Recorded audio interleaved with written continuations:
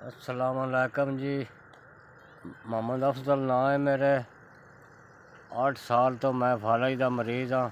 3 बच्चे ने, कोई नहीं करने जो भी कोई नहीं, आमदन मेरी कोई नहीं किसी अंबर दी।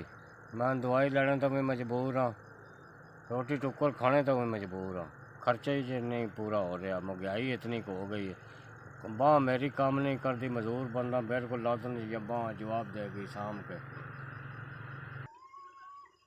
बस मेरा भरा लोगों के तावन नाल मेरी जिंदगी जी कोई बसर हो रही है।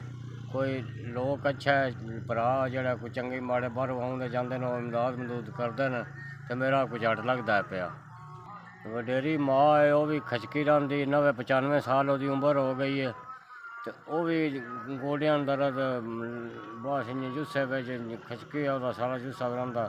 इं रोटी सेक सूक देंदी ग्रां कोई अल्लाह की ज़ात ही है, वो आसरे तो लगा फिरना। मेरी और कोई किसी अंबर की जी दुआ नहीं, बस एक आसरा। थोड़ा भला होवे जिन्हें 5000 रुपया मिनट हो रहा, तो अल्लाह वस्ते रहो, अल्लाह थोड़ी जिंदगी लम्मी हयाती करे, अल्लाह तुहानू चोखा देवे, अल्लाह चोखे रंग लाए जिन्हें रुपया 5000 मेरी इमदाद की। 8 साल तो मैं मजदूर बंदा, काम करने के काबल नहीं रह गया। थोड़े जिहा भरा मेरी इमदाद करते हैं तो मेरा झट लगता पिया।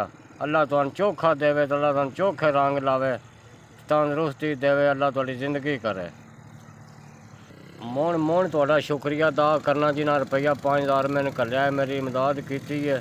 माड़ा बंदा, शामां का टाइम है, चलो कोई राशन पानी मुक्या, दवाई दारू अपना लै आवांदा, तो दवाई तुहानू देआं, अगों भी अल्लाह तुहाडी जिंदगी करे, अल्लाह तुहानू वादियां विच करे। ठीक हो गया।